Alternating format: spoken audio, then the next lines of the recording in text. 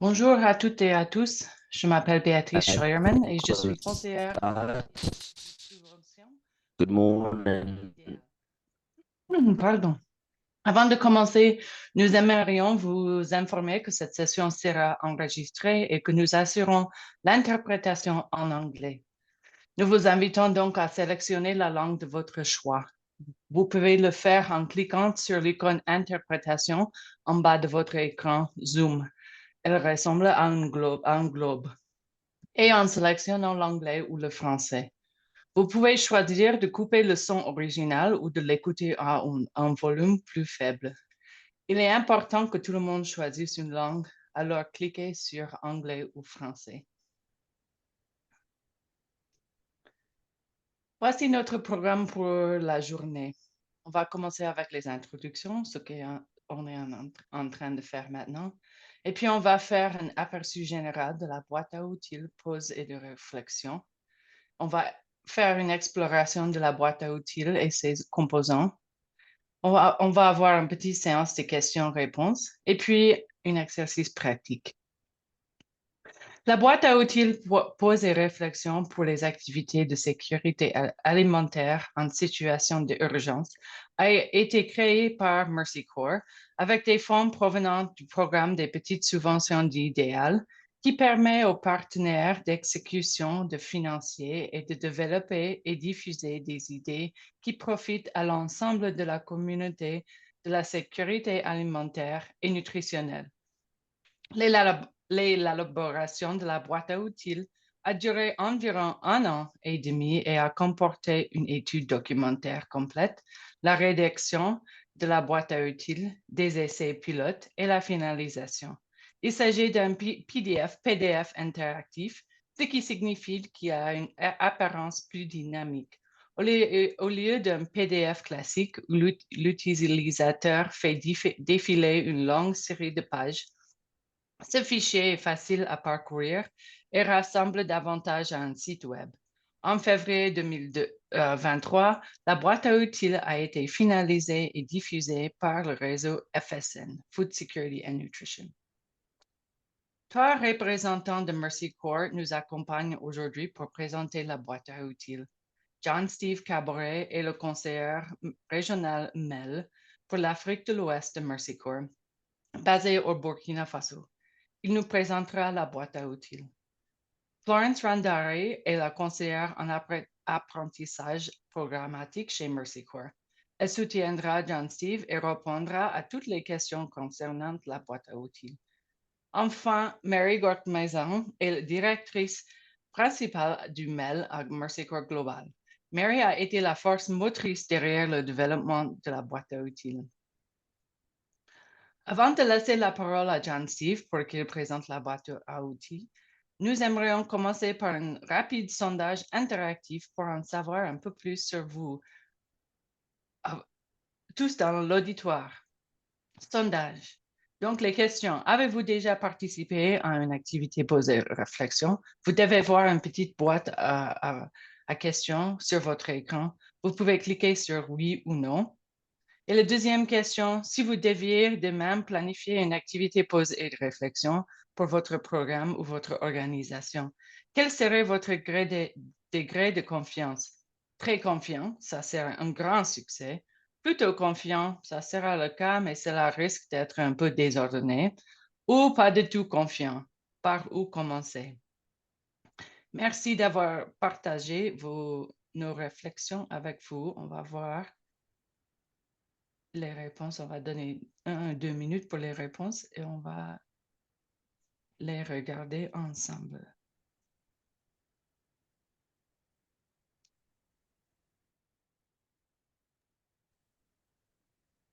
Nathan, est-ce qu'on peut voir les réponses? Ah, plutôt oui. Vous avez déjà participé à une activité posée réflexion et vous êtes plutôt confiant, la majorité d'entre vous. Très bien. Merci pour vos réponses. J'espère que notre session aujourd'hui vous sera très utile. J'aimerais maintenant laisser la parole à John Steve pour qu'il nous présente la boîte à outils Pause et Reflect de Food for Thought. John Steve?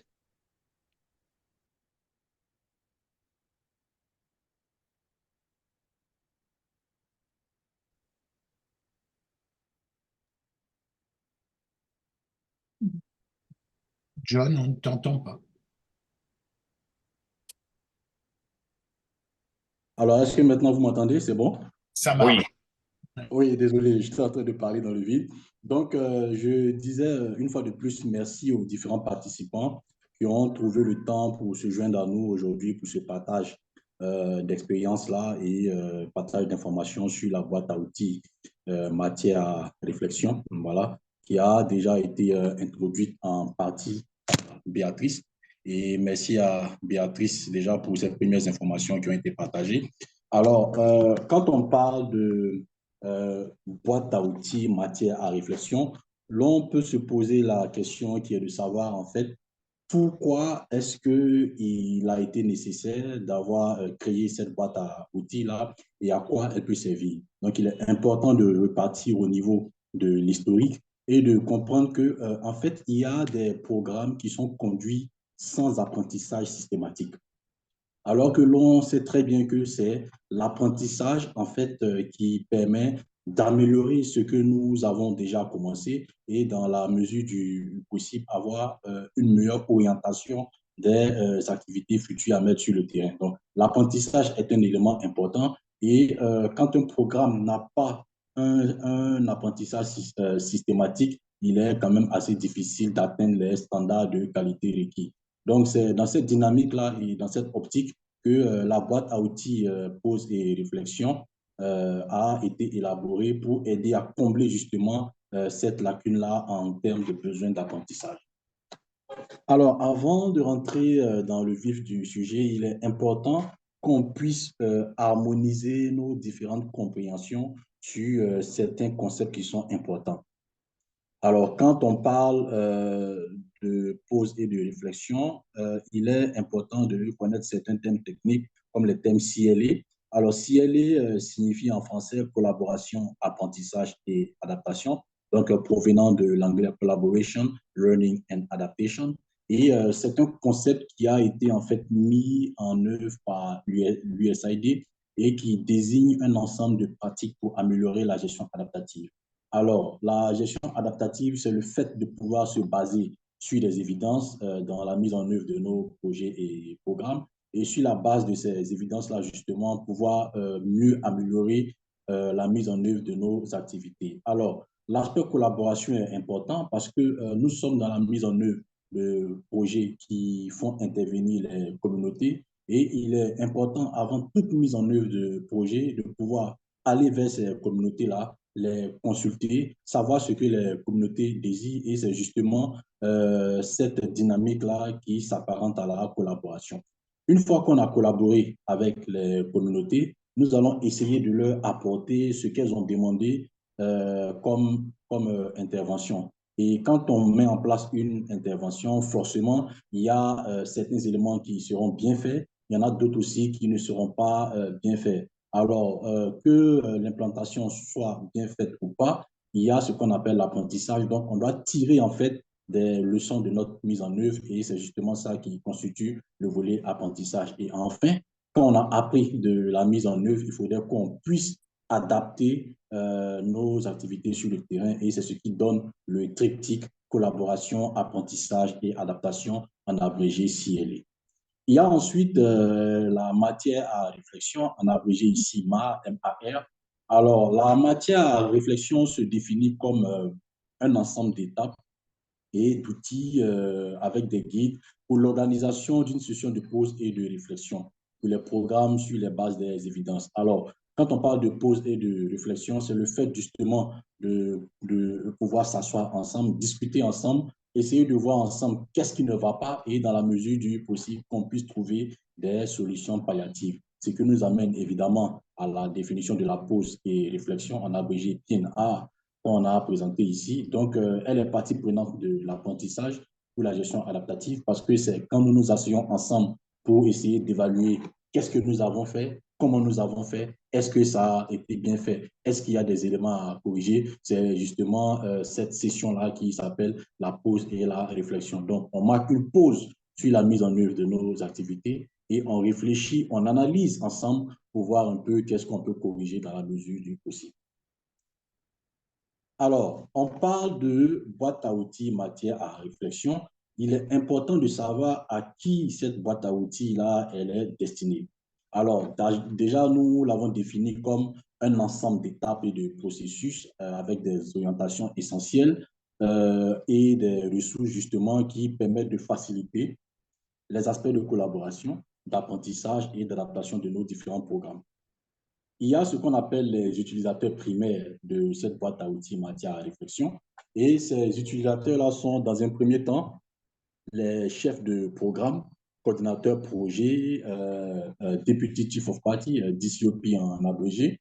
On a aussi les officiers suivi évaluation. Ici, c'est marqué MEL, MEL pour Monitoring, Evaluation and Learning. Dans certaines organisations, vous allez voir que c'est marqué MIL, Monitoring, Accountability, Monitoring, Evaluation, Accountability and Learning. Donc, différemment des différentes organisations, vous aurez MEL, MNI ou MIL, voilà, mais ça reste toujours le suivi évaluation. Et nous avons ici le CARM, CARM en fait, qui est peut-être de manière synthétique ce qu'on peut appeler le mécanisme de redevabilité communautaire. Voilà.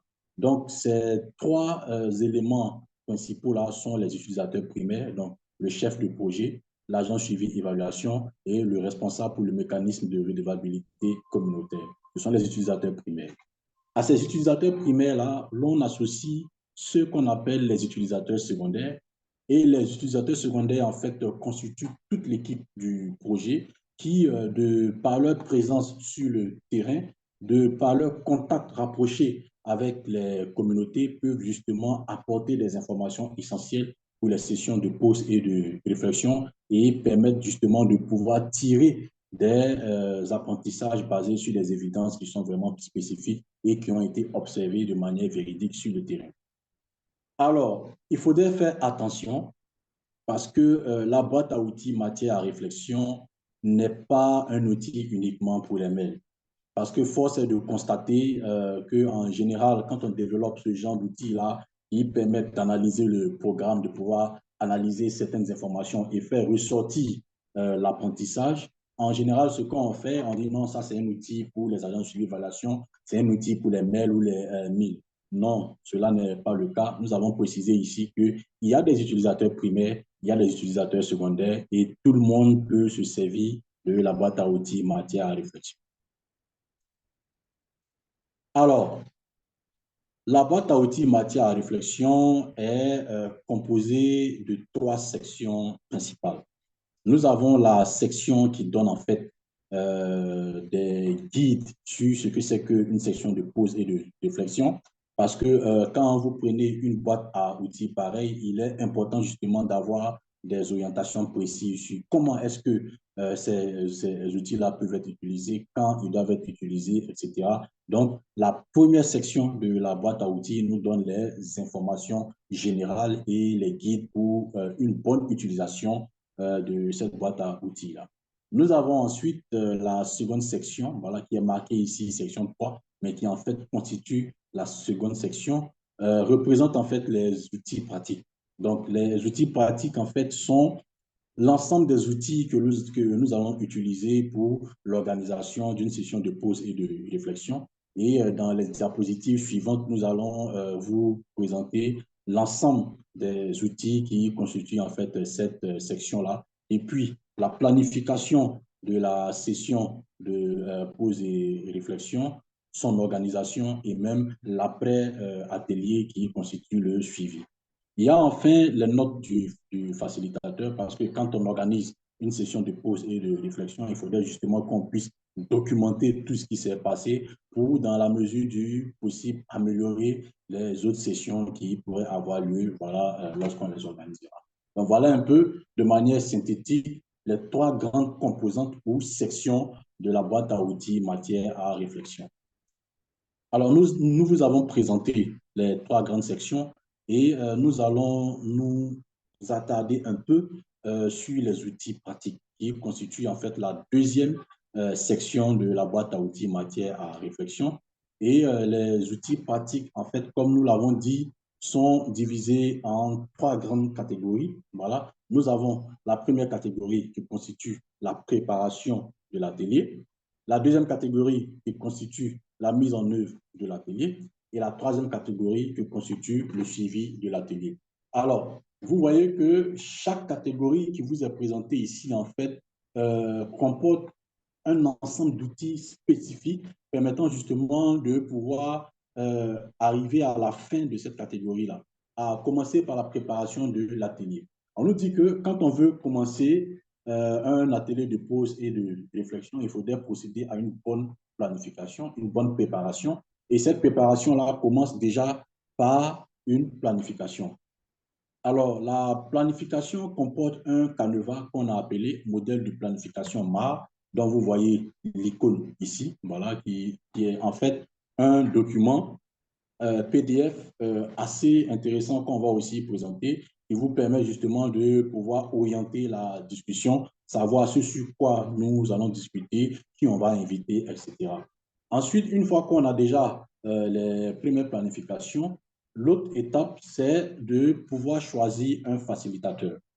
Alors, il va de soi que quand on veut organiser une discussion sur des thématiques spécifiques, il est toujours préférable de sélectionner quelqu'un qui a quand même une bonne compréhension de cette thématique-là, qui peut pousser les participants à aller plus loin dans leur discussion. Donc là aussi, il y a ce qu'on appelle un guide pour la sélection du facilitateur, afin d'être sûr que la personne qui sera choisie pour gérer l'atelier là sera vraiment une personne qui va nous permettre d'avoir un retour d'informations sur les différentes discussions qui auront eu lieu lors des sessions.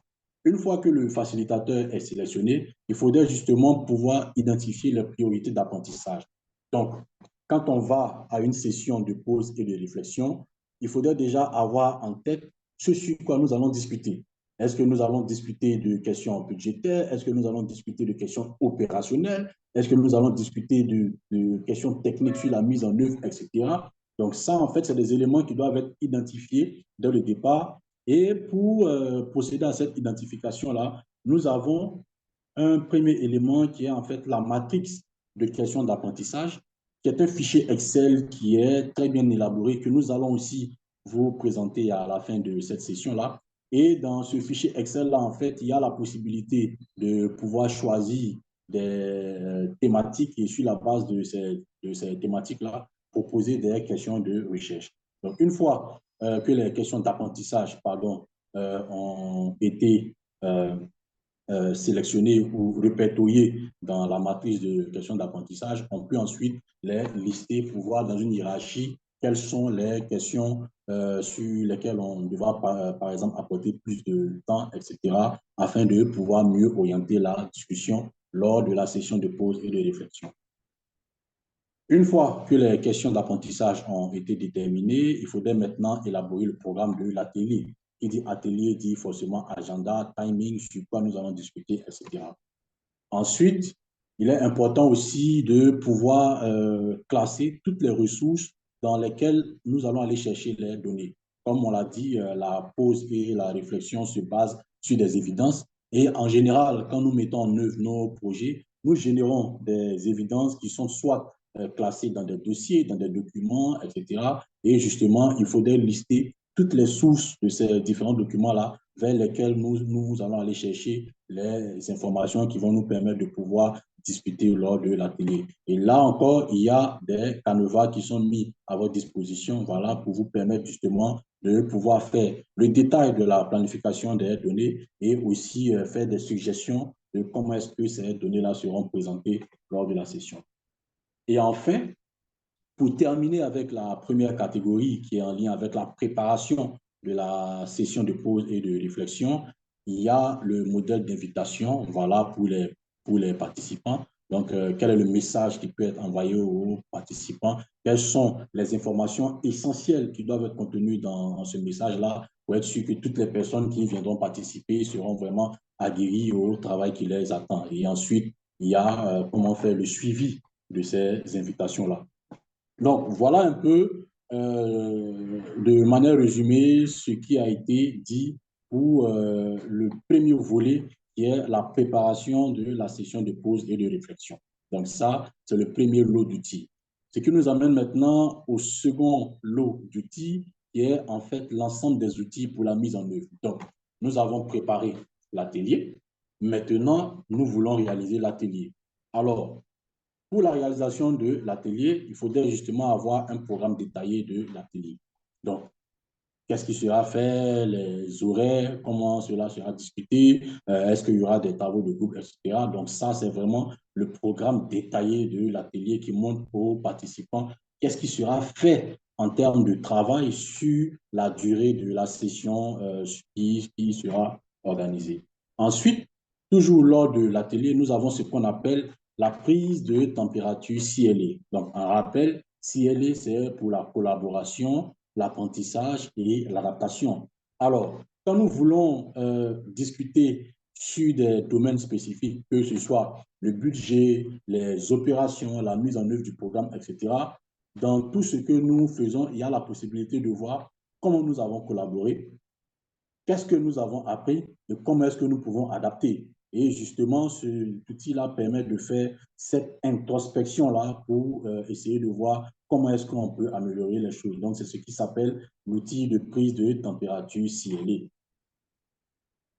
Ensuite, il y a l'exercice du calendrier du programme, voilà, qui permet justement de voir par rapport à ce qui est en train d'être fait sur le terrain et ce qui a été plutôt planifié. Voilà, est-ce qu'il y a des discordances? Est-ce que nous sommes sur la bonne ligne? Est-ce que nous sommes sur le bon chemin? Etc. Voilà, cela permet aussi d'évaluer justement le calendrier du programme par rapport à la mise en œuvre réelle.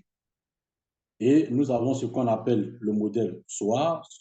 Alors, SOA provient en fait de l'anglais pour Strength Opportunity. Je ne me rappelle plus, et R pour les résultats.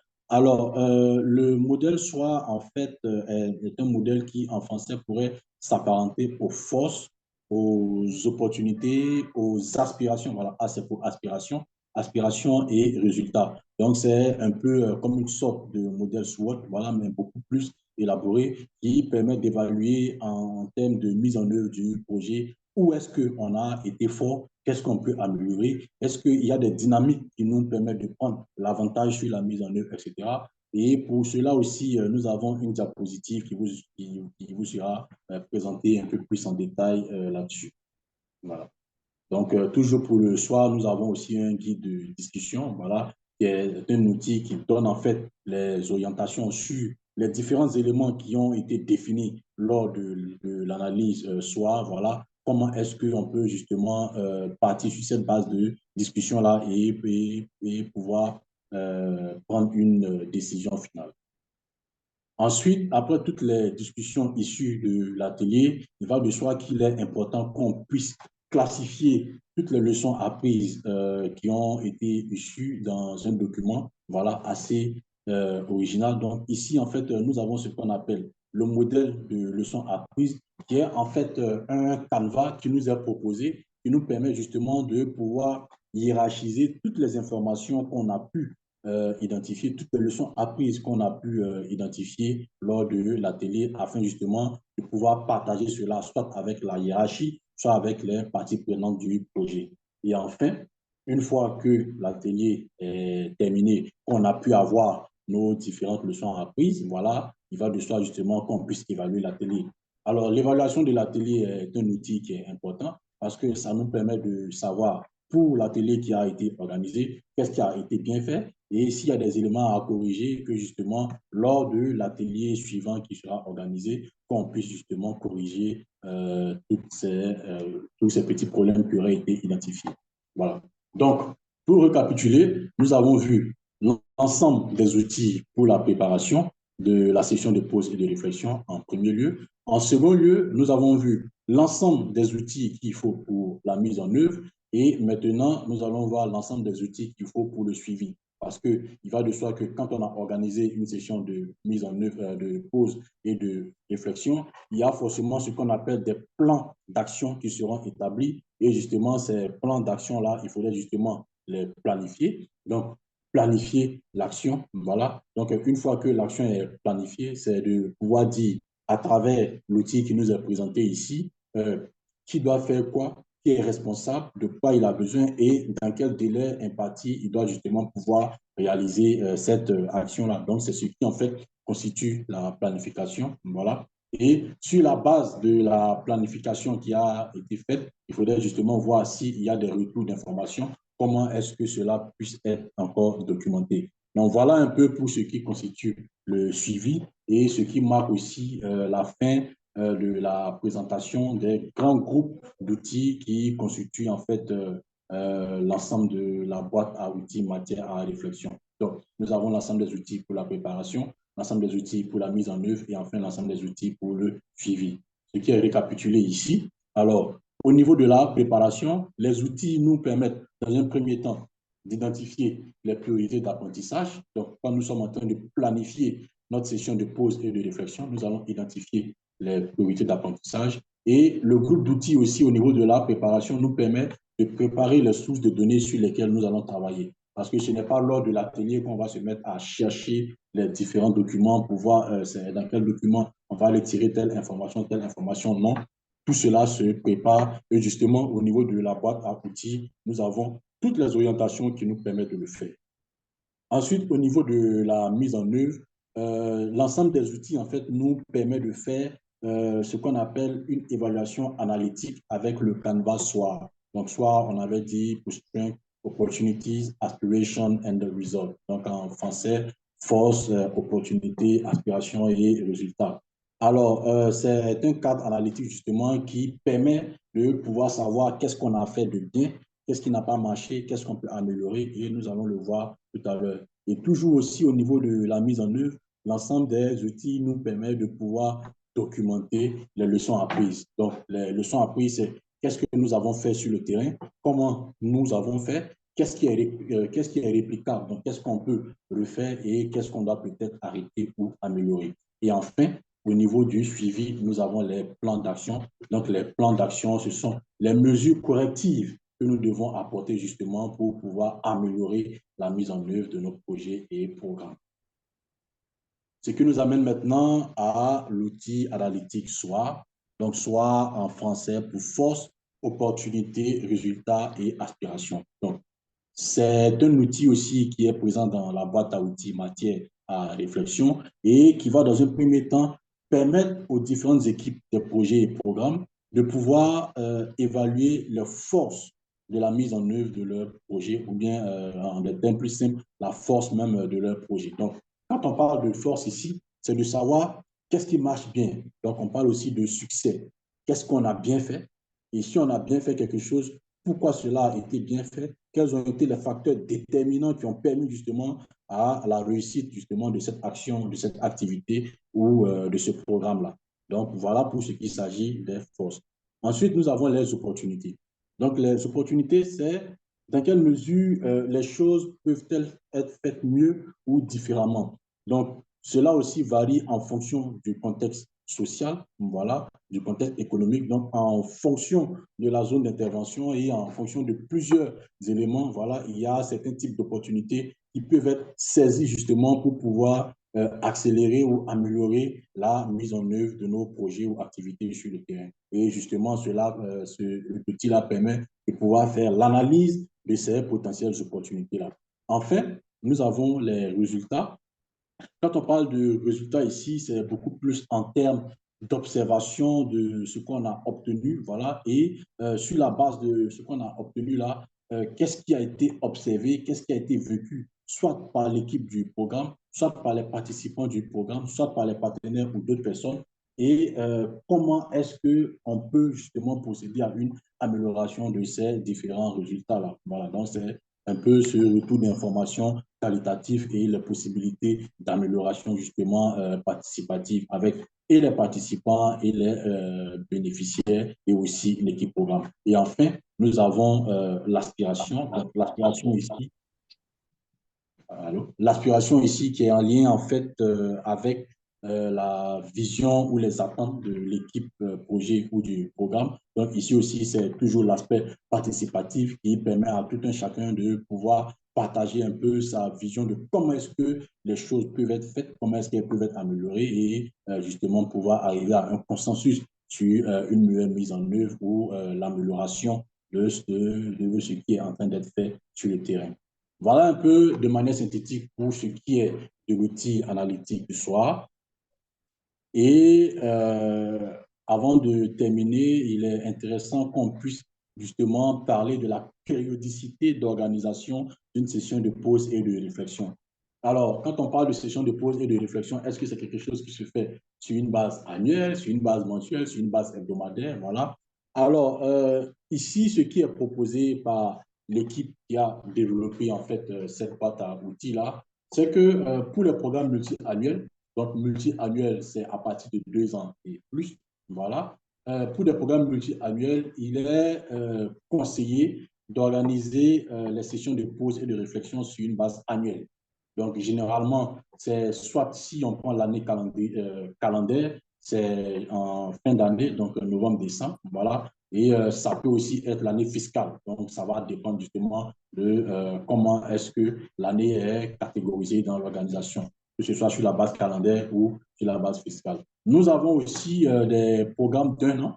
Voilà, donc quand c'est compris entre 9 et 12 mois, ce qui est conseillé par l'équipe justement, c'est que les sessions de pause et de réflexion puissent être organisées à l'approche de la fin du programme. Donc, en général, ce qu'on fait, c'est qu'on prend soit le dernier trimestre du programme pour faire justement cette session de pause et de réflexion-là. Et enfin, pour des programmes de moins de 6 mois, en général, qui sont des programmes d'urgence, voilà, ce qui est proposé, c'est de réaliser la session de pause et de réflexion après ce qu'on appelle la revue après action, en abrégé AAR, so After Action Review. Et cette revue après action-là est un peu comme une sorte d'évaluation rapide de ce qui a été fait sur le terrain. Et juste après cela, justement, qu'on puisse organiser la session de pause et de réflexion. Alors, j'en ai fini pour ce qui est de la présentation sur la matière à réflexion et sur la boîte à outils, pardon, matière à réflexion. Je vous remercie pour votre attention et si vous avez des questions, voilà, nous sommes disposés à y répondre. Merci bien.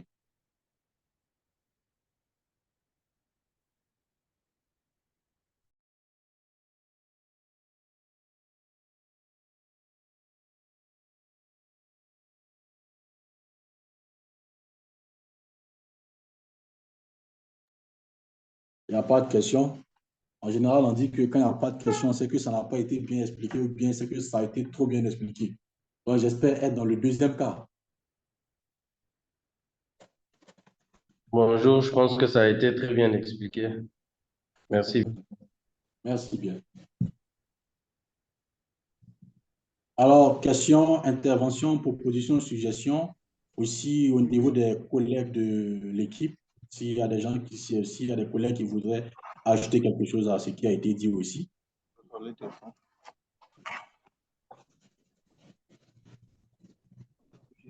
Oui, bonjour Steve. Oui, bonjour, c'est Alishina, j'entends faiblement. Oui, c'est Alishina qui est avec Mokhtar, donc je vous remercie d'abord pour toutes ces explications. Vraiment, c'est, comme tu l'as dit, c'est dans la deuxième cas, c'est dans le deuxième cas, c'est-à-dire que c'est bien expliqué, vraiment, c'est très intéressant. Peut-être ce que je voulais savoir, si on peut nous dire la nuance entre pause et réflexion, un peu avec l'examen final interne de performance qu'on fait pour les programmes de Mexico. Est-ce qu'il y a un lien ou quelque chose comme ça? Alors ici, bon, c'est un peu entrecoupé, mais j'essaie de reformuler la question pour être sûr que je l'ai saisie. Alors, la question que tu poses, c'est de savoir quelle est la différence entre le FIPA, OK? Donc, FIPA, c'est spécifique à Mexico, ou Final Internal Performance Review, et la boîte à outils matière à réflexion. Est-ce que j'ai bien saisi? Oui, c'est bien ça. Ok, d'accord. Je vais essayer de répondre, mais il y a Tom Chalfa qui est là. Je pense qu'il va apporter des additions à ma réponse. Alors déjà, pour ce qui est du FIPA, ce qu'il faudrait comprendre, c'est que ça fait partie déjà des minimums standards de Mexico. déjà. Donc, ça, c'est un des éléments essentiels. Donc, en général, tous les programmes qui sont mis en œuvre par Mercy Corps doivent pouvoir réaliser ce qu'on appelle une évaluation finale des performances qu'on appelle le FIPR. Et le FIPR s'apparente beaucoup plus à une évaluation même du projet à quelques différences près. Donc, voilà. Et en général, se fait, comme on l'a dit, à la fin de la mise en œuvre du projet, donc Final Internal Performance. Alors, pour ce qui est de la boîte à outils matière réflexion, pour ce qu'on a vu, nous avons vu que c'est quelque chose qui est en fait itératif. Ça veut dire qu'à une certaine étape du cycle de vie du projet, il est nécessaire justement qu'on puisse s'arrêter, évaluer ce qui est en train d'être mis en œuvre, voilà, et justement sur la base de ce qui est en train d'être mis en œuvre, là, voir ce qu'on peut corriger. Alors, une autre différence avec le FIPR, quand on fait l'évaluation avec le FIPR, c'est généralement tous les aspects de la mise en œuvre qui sont évalués. Alors qu'avec la boîte à outils matière réflexion, on peut décider, par exemple, d'évaluer un seul domaine de mise en œuvre qu'on va voir tout à l'heure. Ça peut être juste évaluer que les résultats, ça peut être évaluer que les aspects logistiques, etc. Voilà. Mais qu'on puisse se focaliser sur un seul élément, travailler sur cet élément-là et apporter des corrections. Voilà un peu ce que je peux dire à chaud là-dessus. Mais Tom, si tu peux peut-être dans la mesure du possible apporter des additifs sur la différence entre le FIPR et la boîte à outils matière à réflexion. Merci. Merci Steve, vous l'avez bien expliqué, les plus grandes différences entre les deux. Nous n'allons pas prendre trop de temps parce que le FIPR, c'est quelque chose qui est spécifique au Mercy Corps actuellement, mais considérant comme le FIPR est similaire d'une évaluation finale. N'oubliez pas que le Food for Thought, le Pause and Reflection, c'est fait pour faire tout à la longueur et pendant l'exécution du programme, et ça peut aller dans beaucoup plus de détails pour les questions qui se posent, qui pourraient changer régulièrement avec les nouvelles informations qui viennent, que ce soit mensuellement, trimestriellement ou annuellement. Donc, merci Steve, vous l'avez bien expliqué, la plus grande différence entre les deux. Comme j'avais dit, le Pause and Reflect et le Food for Thought, les outils de Food for Thought sont conceptualisés pour être utiles pendant toute la longueur d'un programme, considérant que les besoins, les questions et les besoins d'information vont changer régulièrement pendant cette période.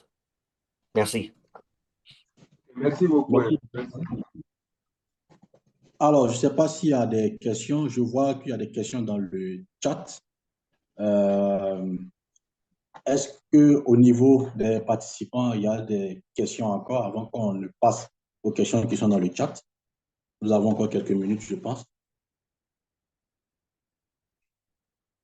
D'accord. Donc, déjà, pour les questions qui sont dans le chat, merci bien, Laurent Mavinga. Je vois que la question que vous avez posée, c'est comment aligner la pause et donc, les sessions de pause et de réflexion avec l'agenda d'apprentissage. Alors, déjà, ce que moi, j'aimerais vous répondre, c'est que les sessions de pause et de réflexion doivent en fait contribuer déjà à pouvoir enseigner l'agenda d'apprentissage. Parce que quand vous avez votre projet ou programme, vous avez déjà élaboré votre agenda d'apprentissage et la mise en œuvre de ce projet ou programme-là doit pouvoir générer des évidences qui vont vous permettre d'apporter des réponses à l'agenda d'apprentissage. Et justement, les sessions de pause et de réflexion, c'est de pouvoir analyser les évidences que vous avez eues sur le terrain et sur la base de ces évidences-là, pouvoir tirer l'apprentissage qui, d'une part, va vous permettre d'améliorer la mise en œuvre, mais d'autre part aussi de pouvoir formuler des réponses à votre agenda d'apprentissage.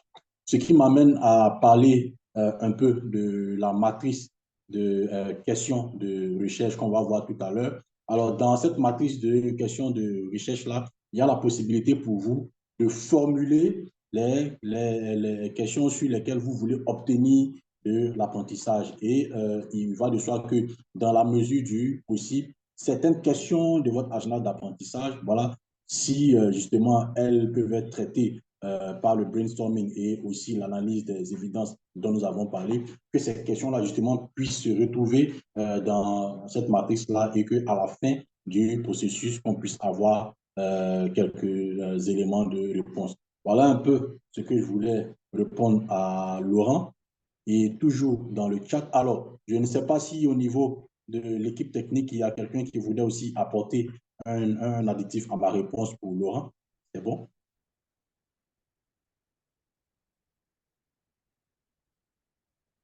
D'accord.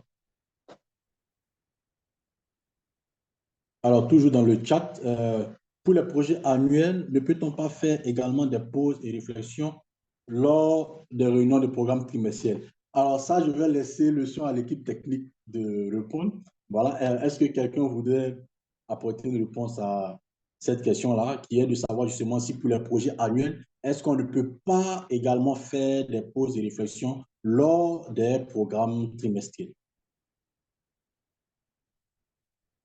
C'est-à-dire au niveau des quarterly reviews.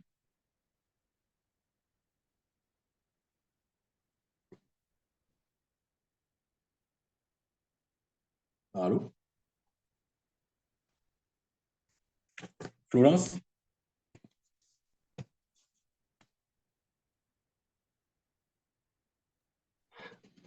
Je peux le faire, Steve. OK, c'est comme.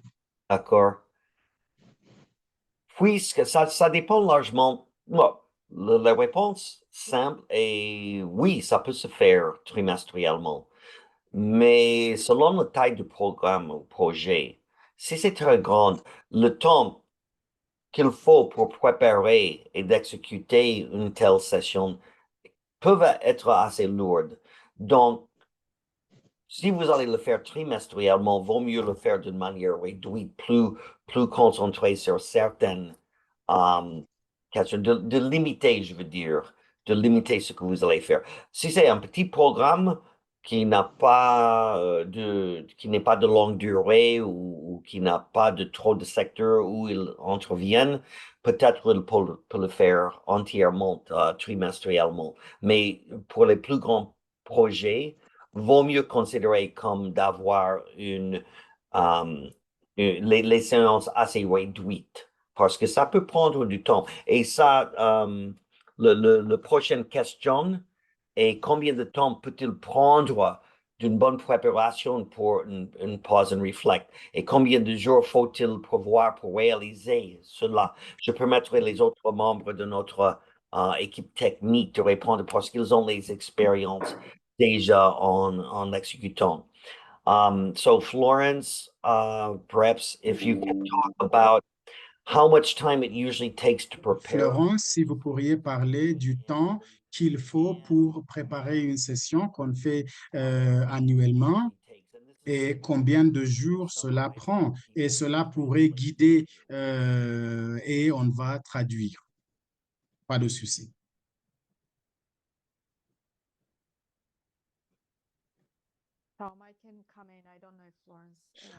Je pourrais intervenir.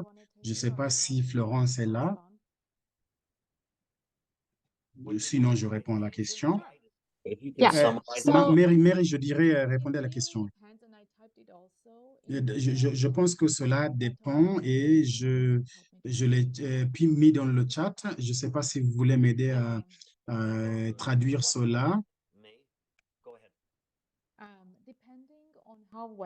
Cela dépend de comment les données du programme sont organisées. Cela pourrait prendre 2 jours. Comment c'est fait l'organisation de toutes les données et les informations. Si c'est bien fait, moins de temps. Si c'est pas bien fait, il faut l'organiser plus de temps. Go ahead, Mir. Thank you. And then in some cases, Et puis, dans certains cas, on permet d'avoir des formations de un jour ou un jour avant la formation pour préparer un groupe de facilitateurs.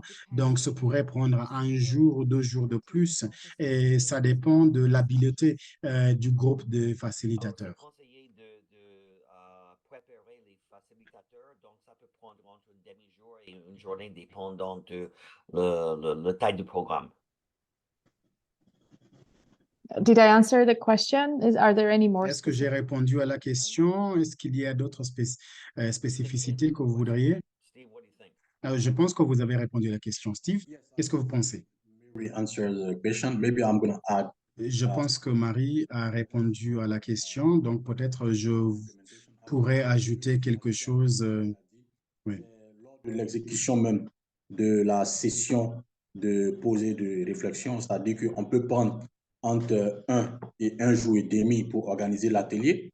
Alors, ce qui est proposé dans la boîte à outils, c'est que si on décide de prendre 1 ou 1 jour et demi, il faudrait dédier entre 8 et 12 heures de la journée. Donc, voilà, quasiment toute la demi-journée.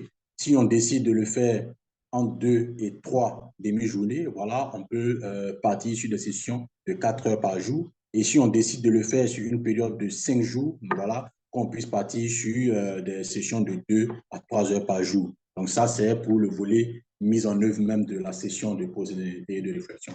Voilà un peu ce que je voulais ajouter à ce que Mary a partagé.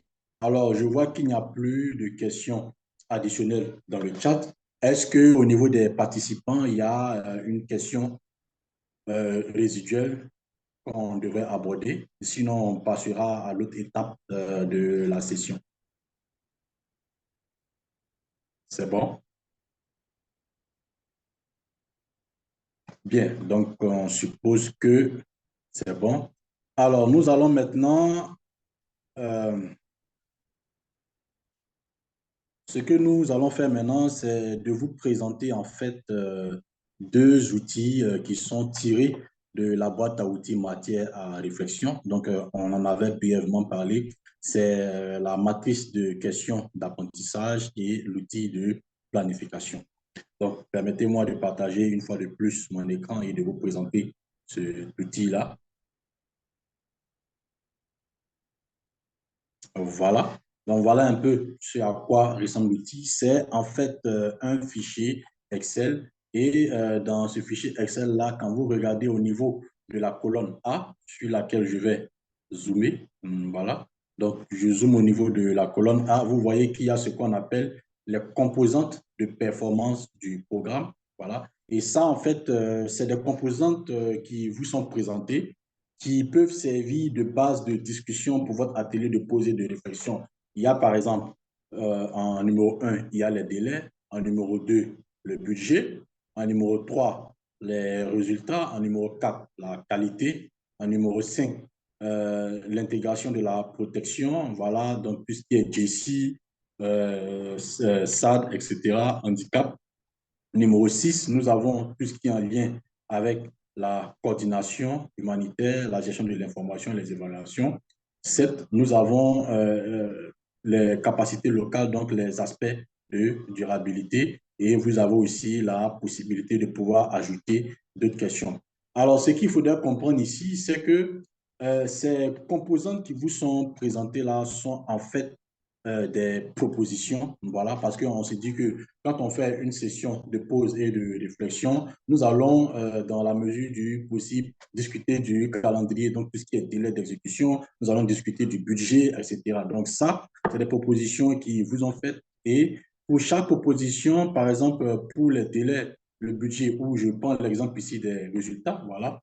Pour les résultats, par exemple, nous avons ce qu'on appelle, je reprends en haut ici, nous avons ce qu'on appelle des questions. OK?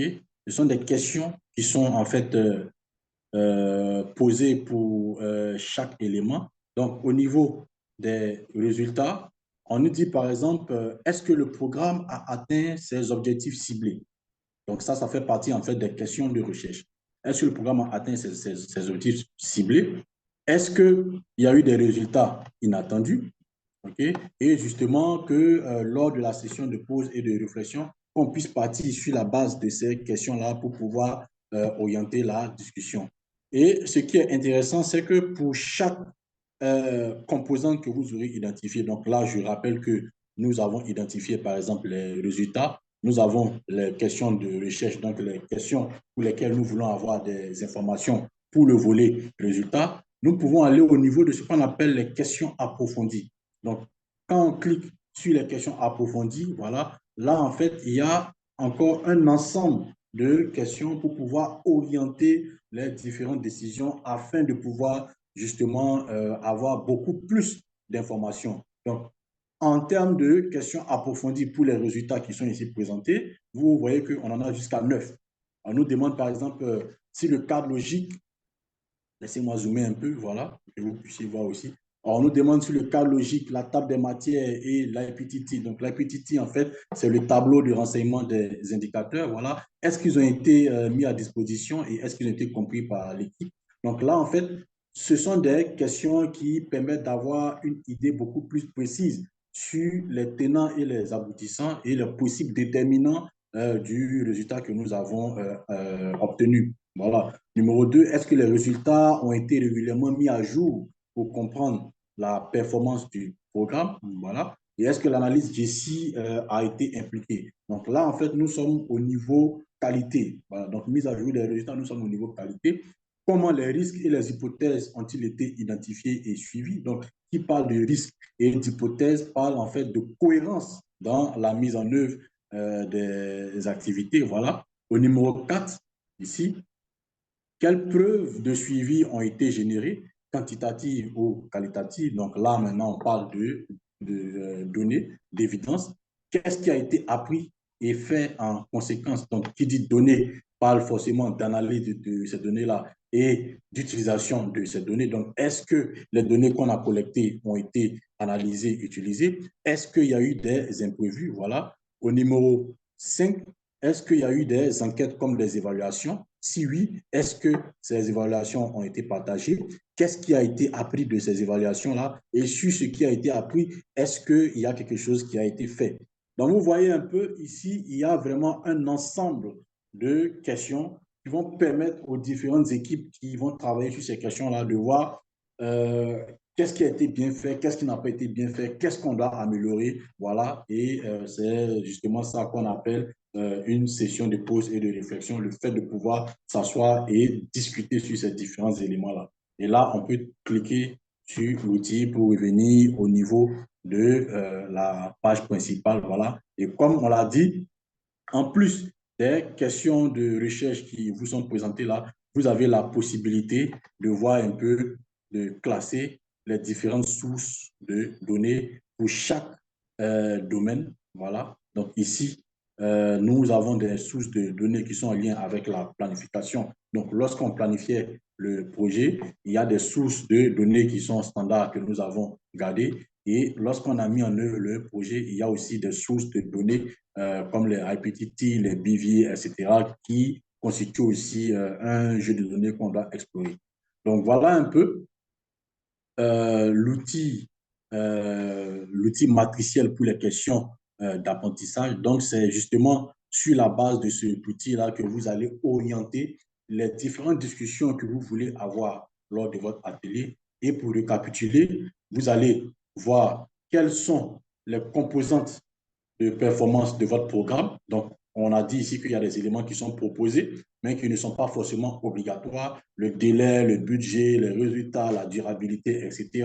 Mais s'il y a des éléments qui ne sont pas ici, sur lesquels vous voulez travailler, donc quelqu'un a mentionné dans le chat tout à l'heure l'agenda d'apprentissage. Voilà, donc ici, c'est de voir justement s'il y a des éléments qui ne sont pas en lien avec l'agenda d'apprentissage, qui puissent les introduire, voilà, comme une des composantes de discussion. Donc, une fois que les composantes ont été identifiées, sélectionnées ou ajoutées, on passe bien sûr aux questions d'apprentissage. Donc, on pose des questions d'apprentissage assez larges et pour les questions d'apprentissage qui ont été posées là, qu'on puisse partir maintenant pour faire ce qu'on appelle les questions approfondies, donc des questions beaucoup plus détaillées qui vont en fait creuser la discussion pour avoir les informations les plus précises possibles. Et c'est justement ce pourquoi on disait que le facilitateur qui va justement gérer cette session-là, ça doit être quelqu'un de très aguerri pour pousser les gens à pouvoir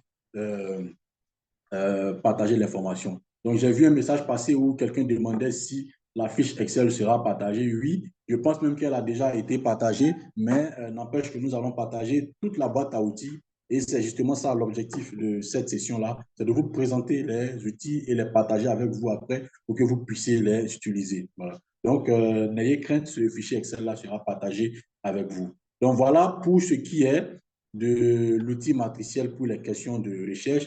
Et sur la base de cet outil matriciel-là, vous allez maintenant savoir ce sur quoi vous allez discuter, ce sur quoi la session sera organisée. Donc, qui dit qu'on va discuter sur le budget, il va falloir inviter des personnes qui sont en lien avec la finance, donc l'équipe finance. Si on va discuter des résultats, il va falloir inviter les personnes de l'équipe programme, donc tout ce qui est suivi, évaluation, tout ce qui est mail, tout ce qui est CARM ou redevabilité. Voilà. Si on a discuté aspect logistique, il va falloir inviter tout ce qui est personnel de la logistique. Donc, à partir d'ici, vous allez maintenant pouvoir utiliser le deuxième outil qui est en fait l'outil de planification que je vais maintenant partager aussi.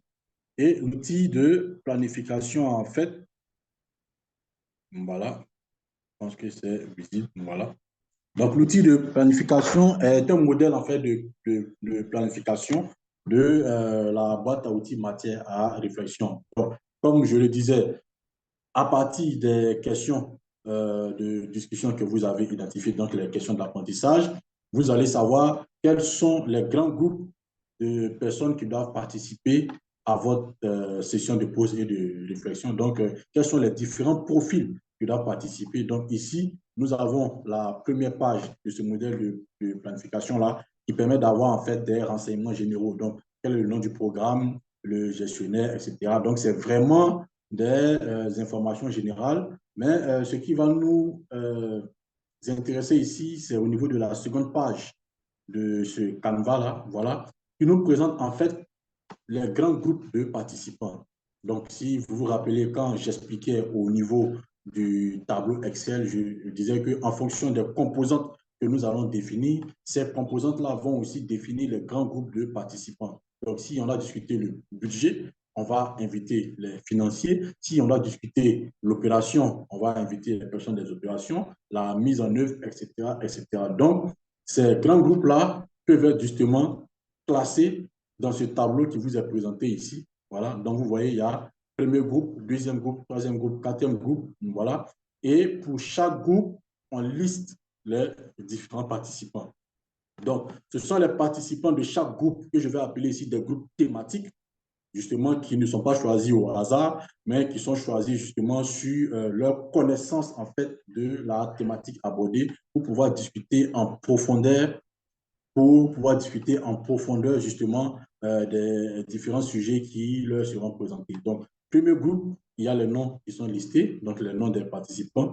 Deuxième groupe, troisième groupe, quatrième groupe, voilà. Donc, ce n'est pas obligé d'avoir 4 groupes maximum. On peut aussi avoir 2 groupes, 3 groupes, comme on peut avoir aussi plus de 4 groupes. Mais c'est un canevas qui a été fait pour 4 groupes, voilà, que vous pouvez justement adapter aux besoins. Et s'il y a des commentaires relativement à ces groupes-là, voilà, le cas échéant, ces commentaires-là peuvent être mis ici. Voilà. Donc, voilà un peu pour ce qui est de ce modèle de planification-là. Et au niveau de la troisième page, il donne en fait des informations justement pour une meilleure planification. Voilà. Et ces informations-là, nous n'allons pas nous attarder là-dessus pour des soucis de temps, mais tout cela sera partagé avec vous pour que vous puissiez lire. Donc, je vais m'arrêter ici pour ce qui est de la présentation de ces deux outils-là qui ont été présentés avec vous. Et nous allons en fait procéder à une application pratique, voilà, parce que je pense que la pratique est la meilleure. Et alors, donc dans quelques minutes, nous allons vous diviser en de petits groupes pour justement travailler sur un exercice. Justement, et cet exercice-là est en fait une simulation d'une session de pause et de réflexion. Donc, on va faire une simulation et vous allez effectuer 2 tâches justement basées sur les 2 outils que j'ai présentés tout à l'heure. Donc, l'outil matriciel pour les questions de recherche et aussi l'outil pour ce qui est de la planification. Alors, donc, l'exercice a été présenté. L'exercice a été présenté et nous allons justement vous diviser en 2 petits groupes respectifs. Donc, il y aura, je pense, 5 groupes, si ma mémoire est bonne. Et pour chaque groupe, il y aura en fait un scénario qui sera alloué. Donc, je partage mon écran pour vous présenter les différents scénarios.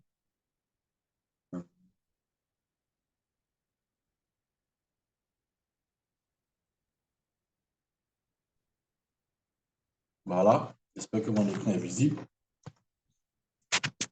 Alors, donc, nous avons 5 groupes, voilà, et pour ces 5 groupes-là, il y a des scénarios qui sont alloués et assignés, pardon. Le scénario 1, en fait, on imagine qu'il y a un programme qui doit accroître les évidences pour démontrer la durabilité de ces résultats. Donc là, ce sera le groupe 1 et le groupe 4. Et dans le chat, on précisera après quels sont les membres des différents groupes. Ensuite, nous avons le scénario 2, dans lequel on nous dit en fait que le programme doit améliorer ses relations avec les partenaires locaux et les parties prenantes gouvernementales, ainsi que la coordination entre les bureaux extérieurs.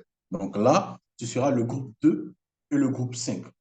Et enfin, pour ce qui est du scénario 3, on nous dit que le programme a reçu une rallonge de financement et doit s'étendre à de nouvelles zones géographiques. Et là, ce sera exclusivement pour le groupe 3. Donc, en fonction des groupes dans lesquels vous serez assigné, vous allez avoir un facilitateur qui va revenir en fait sur les consignes, mais la consigne principale déjà est de voir pour le scénario sur lequel vous devez travailler, d'identifier d'abord une question de recherche sur laquelle vous allez travailler, donc la question principale de recherche.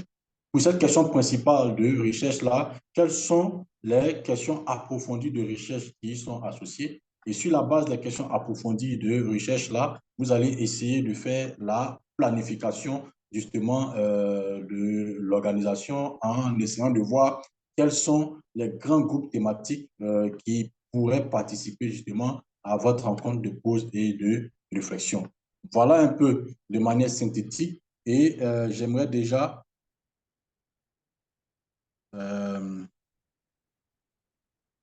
voilà. Donc, à partir d'ici, j'arrête le partage de mon écran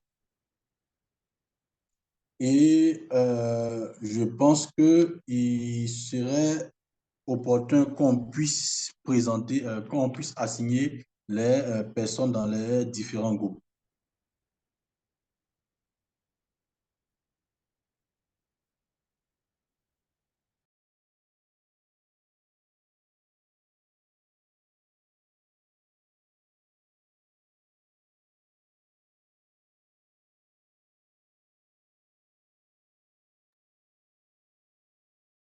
Bonjour à tous, est-ce que vous m'entendez? Parfait. Oui, ça va. Parfait, merci. Donc, bienvenue à nouveau à tous. Moi, je m'appelle Elisa Dickey et je suis spécialiste en gestion adaptative auprès de l'activité idéale. Merci à tout le monde de votre participation dans cet exercice en petit groupe. J'espère que cette expérience vous ait donné plus de familiarité avec certaines des étapes dans la boîte à outils de pause et réflexion et comment vous pourriez les utiliser dans votre propre session de pause et réflexion que vous organiserez à l'intérieur de vos équipes, de vos programmes et de vos organisations. Maintenant, nous voulons entendre de vous comment est-ce que s'est passé cet exercice. Quel a été pour vous le processus d'identification de la question d'apprentissage et des questions d'approfondissement en tant que le processus de décision autour des participants à la session? Est-ce que vous vous sentez prêt à organiser une session de pause et réflexion autour de ces questions? Est-ce que vous vous sentez confortable avec le processus d'identification des participants à une telle session de pause et réflexion? Donc, pour commencer, je cède la parole au porte-parole du premier groupe pour partager avec nous. Et nous vous entendons. Merci. Est-ce qu'il y a un porte-parole chez groupe 1? Laurent. Est-ce que quelqu'un du premier groupe veut se porter volontaire pour parler un peu de sa propre expérience? Le premier groupe, c'est nous. Hein. C'est vous.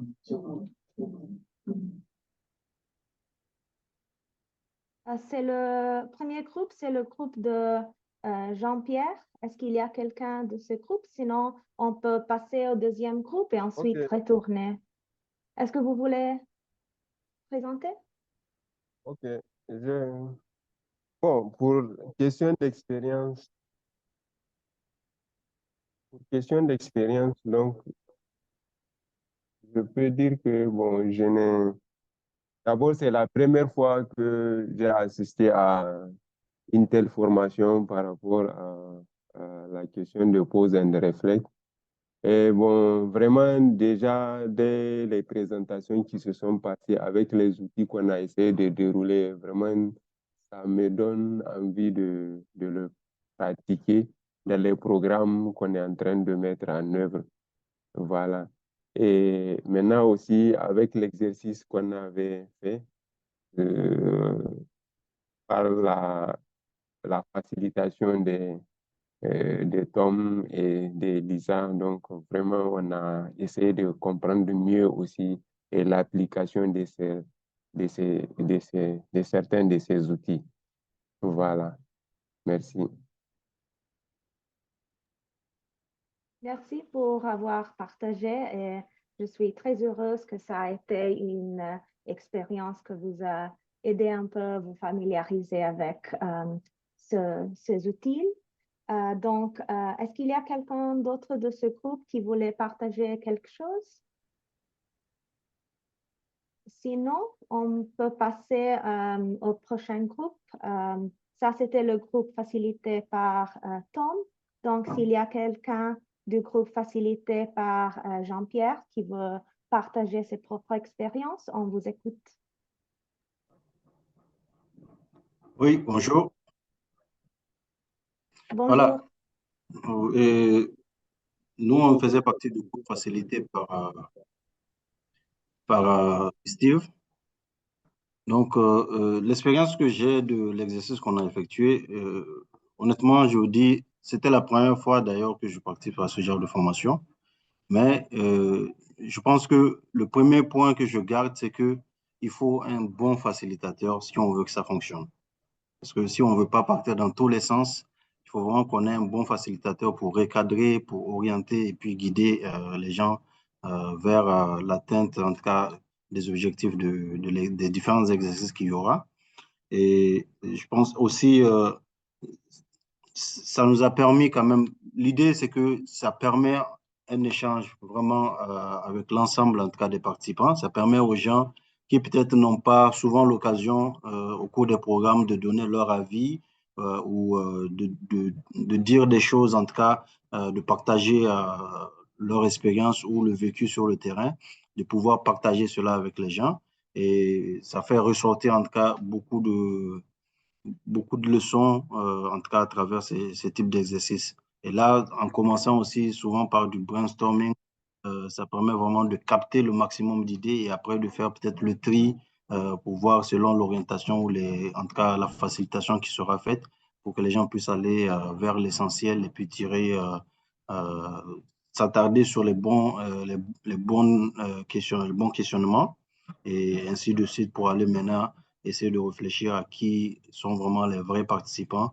Et je pense que cet exercice, elle est très intéressant et surtout pendant la préparation parce que je suppose que cet exercice, souvent, c'est pendant la préparation qu'il faudrait peut-être le faire en équipe avec l'ensemble des team members afin de voir exactement vers où on veut aller, de qui on a besoin pour vraiment tirer, avoir un bon apprentissage. Merci beaucoup. Merci beaucoup. Je pense que tout ce que vous avez dit, c'est vraiment très, très important. Et ce point de l'intentionnalité et aussi d'avoir tous les voix dans la salle pour ce genre de conversation, c'est vraiment très important. Et la question à laquelle nous essayons de répondre doit toujours être la guide pour qui est-ce que c'est dans la salle et la façon des activités, conversations, comment on peut les structurer. Je pense que c'est très vrai que la facilitation de ce genre d'exercice, c'est clé pour pouvoir faire ressortir tous les voix et tous les points de vue dans la salle. Donc, merci beaucoup pour cette contribution. Est-ce qu'il y a quelqu'un d'autre qui veut donner ses propres pensées, ses propres expériences sur l'exercice d'aujourd'hui?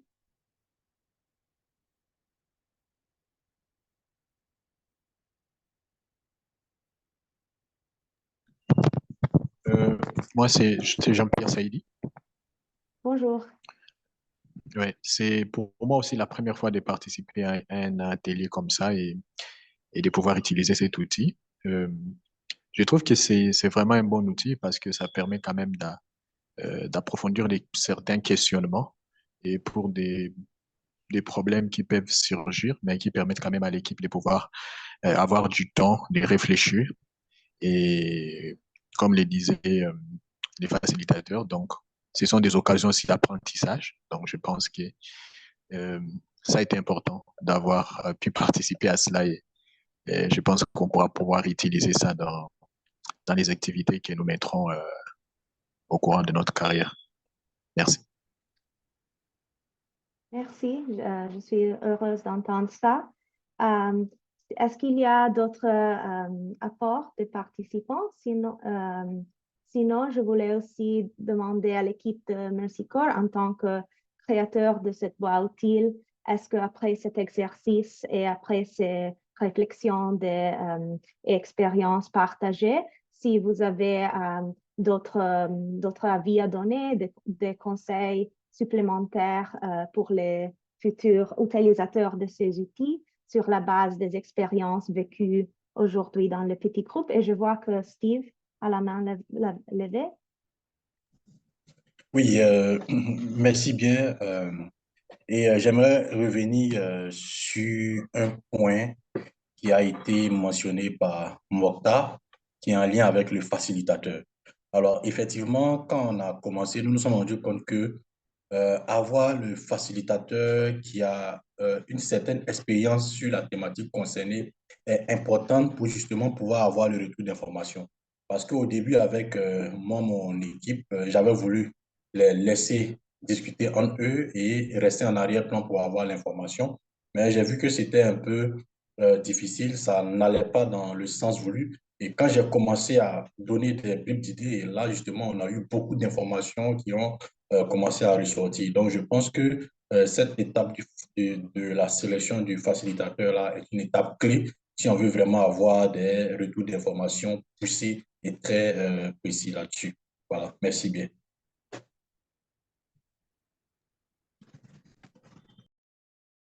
Merci. Et je vois que soit Mary, soit Florence ont la main levée. Donc,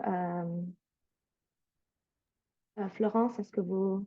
I'll d'accord. let me go and then I'll hand off to Florence before Bon, Michael. Mary va commencer avant que Florence n'intervienne. Thanks so much, everyone. Merci beaucoup, chers amis, pour la discussion. Une leçon que j'ai apprise, c'est l'importance d'avoir une bonne préparation et l'importance d'utiliser les données de programme dans cette discussion. Le cadre lui-même, c'est autour des forces, faiblesses, opportunités et résultats. Et pour faciliter ces sessions, il faut recueillir les données, traiter ces informations, les organiser d'une manière compréhensible. Ce sont les astuces très utiles. et les boîtes à outils contiennent des méthodologies et des canevas qui vous aideront à mieux avancer. Vous pouvez regarder sur la boîte à outils et trouver ces éléments pour vous orienter. Et si jamais vous avez besoin de conseils, n'hésitez pas à nous contacter. Je passe la main à Florence. Merci Marie et Elisa. Pour ajouter à ce que Mary et Steve ont dit, nous avons beaucoup d'outils qui peuvent vous aider, surtout à la phase de préparation, et vous pouvez les utiliser. Autre astuce que j'ai à vous partager, surtout lorsque vous réfléchissez à des questions d'apprentissage, ça pourrait être difficile, mais l'une des choses qui m'a beaucoup aidé, c'est d'analyser votre programme. Quelle est votre situation actuelle au niveau du programme? De quelles informations avez-vous besoin pour vous aider? Si encore vous êtes dans la phase mise en œuvre, si vous êtes dans la deuxième année d'un programme quinquennal, si vous pensez beaucoup plus dans la gestion adaptative, si vous réfléchissez à des interventions clés pour voir ce qui marche et ce qui ne marche pas, je vous encouragerai d'analyser vraiment en profondeur la situation actuelle dans votre programme, réfléchir sur l'importance de l'apprentissage dans votre programme et quel type d'informations vous seront bénéfiques dans vos programmes. Et c'est à vous donc de travailler pour chercher les questions d'apprentissage. La matrice avec des questions d'apprentissage comporte plusieurs exemples. Je vous encouragerai de télécharger cette matrice, les étudier et les ajuster selon vos besoins. Nous avons aussi un outil qui va vous aider avec la priorisation. Il y avait les questions sur la durée et ça peut prendre beaucoup de temps en fonction du nombre de questions d'apprentissage que vous avez et la taille de vos programmes. Et vous pouvez aussi décider de prioriser et de se concentrer sur les choses importantes au moment opportun à votre programme. Voilà le conseil que j'ai à vous donner. Merci pour votre participation. Et comme Mary a dit, n'hésitez pas à nous écrire si vous avez des questions. Merci Florence, merci Mary et merci Steve pour ces derniers commentaires. On est presque à l'heure, donc je vais demander une dernière fois s'il y a un dernier commentaire de quelqu'un parmi le groupe, parmi les participants. Et s'il n'y a pas, je vais passer la parole à Béatrice pour qu'elle puisse nous guider envers la conclusion.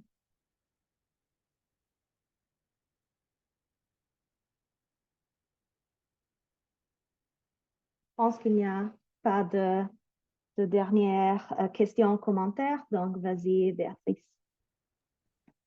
Très bien.